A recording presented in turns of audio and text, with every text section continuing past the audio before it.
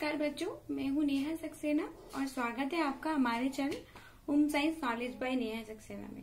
बच्चों, आज अपन देखेंगे बहुत ही इम्पोर्टेंट सा वीडियो, पारिवारिक बजट का महत्व। इस वीडियो को समझने से पहले मैं आप सभी से रिक्वेस्ट करती हूँ कि अगर अभी तक आपने मेरे चैनल को सब्सक्राइब नहीं करा है तो तुरंत सब्सक्राइब कर दीजिए और इस वीडियो को शेयर करना और लाइक करना बिल्कुल भी ना भूलें। तो अपन ने देखा था कि पारिवारिक बजट कहते किसे हैं, तो कांति पांडे के शब्दों में देखा था आय व व्यय का जो विस्तृत ब्यौरा होता है, इनकम कितनी है, एक्सपेंडिचर कितना है, उसकी जो डिटेल होती है वो अपनी आती है इसके अंतर्गत। ठीक है। आफ्टर इट अपन ने देखा कि जो बजट होता है वो 3 प्रकार से होता है।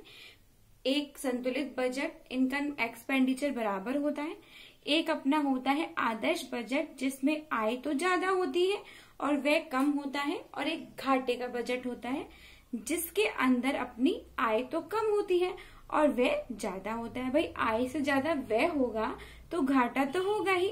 अब अपन बजट क्यों बनाते हैं, है ना, बजट की आवश्यकता क्यों होती है, बजट का हमारे जीवन में क्या महत्व है, वो सारे पॉइंट्स अपन देख रहे हैं।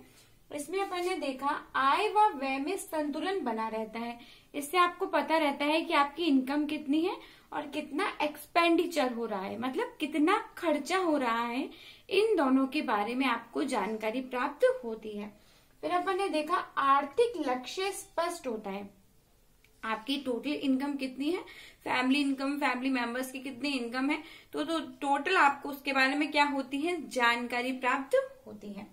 आय की सीमाओं से अवगत कराते हुए आय व्यय का वितरण बताता है। आय की जितनी भी सीमाएं होती हैं, क्राइटेरिया होता है, उससे आपको अवगत कराता है कि आपके पास क्या क्या सोर्सेज हैं। एक तो आपकी इनकम आ रही है या आपने कोई किराए पे दे रखा है, वाहन है या घर है, तो टोटल पारिवारिक आय देखते हैं और उसके आधार पर सीमाओं का आकलन करते हैं। ठीक है। आय व व्यय का वितरण बताता है। ठीक है।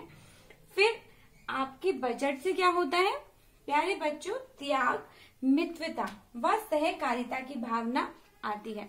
इसमें इम्पोर्टेंट बात है कि व्यक्ति जिस चीज की पहले आवश्यकता होती है उसको अधिक महत्व देता है, मतलब प्रायोरिटीज फैमिली में किसकी है उसको महत्व देता है और उसके अकॉर्डिंग वो एक्सपेंड करता है, मतलब खर्च करता है। उस सिचुएशंस में क्या होता है, व्यक्ति के अंदर त्याग का मतलब होता है कि अगर वो दूसरों की आवश्यकता के, अपनी फैमिली इनकम की आवश्यकता के लिए, अन्य सदस्यों के लिए अपनी मूलभूत आवश्यकताओं का त्याग कर रहा है, तो ये भावना उसके अंदर आती है मितव्यता, मतलब कम खर्च किस प्रकार से किया जाए, बचत किस प्रकार से किया जाए, इन सब के बारे में जानकारी प्राप्त होती है।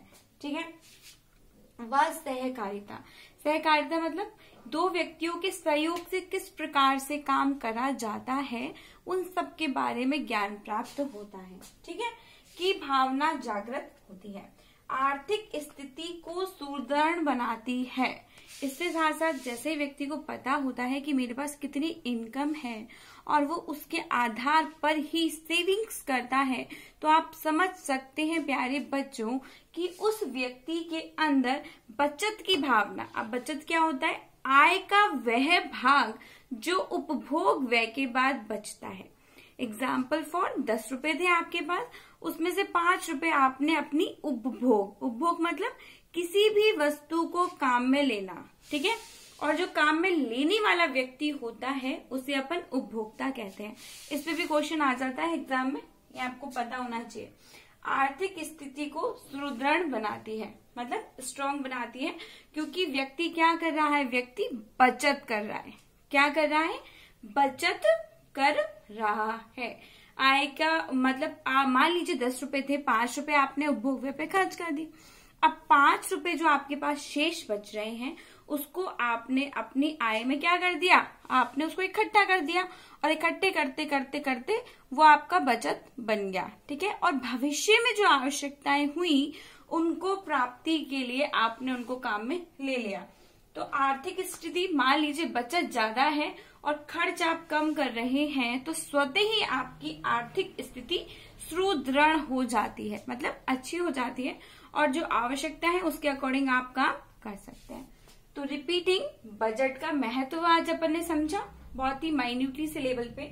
आय व व्यय में संतुलन बना रहता है, आर्थिक लक्ष्य स्पष्ट हो जाते हैं, एम्स क्या है, क्या आवश्यकता है, क्या प्रायोरिटीज है, इन सब के बारे में एम्स निश्चित हो जाते हैं, आय की सीमाओं से अवगत हो जाते हैं, पता चल जाता है कि टोटल हमारे पास आय कितनी है और उसके हिसाब से हमको खर्च करना है।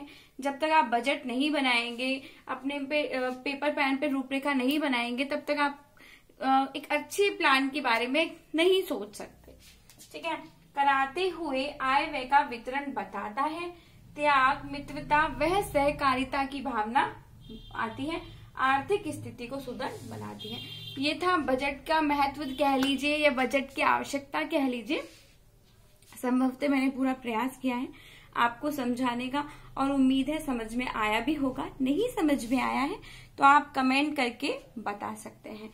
और एक क्वेश्चन मैं आपसे बोलती हूँ कि आदर्श बजट कौन से बजट को कहा जाता है, या आप मुझे कमेंट करके बताएंगे कि आदर्श बजट कौन सा होता है। ठीक है, ये क्वेश्चन मैंने आपके लिए बता दिया है। और ये वाला जो क्वेश्चन आता है 12th के पेपर में आ सकता है, कॉलेज के एग्जाम में सब में आ सकता है। ये करीब आपका 3 to 4 मार्क्स का क्वेश्चन बन के आता है और मैंने प्रयास किया है कि आपको समझ में आए। चलिए धन्यवाद, मिलते हैं नई वीडियो में। शुक्रिया।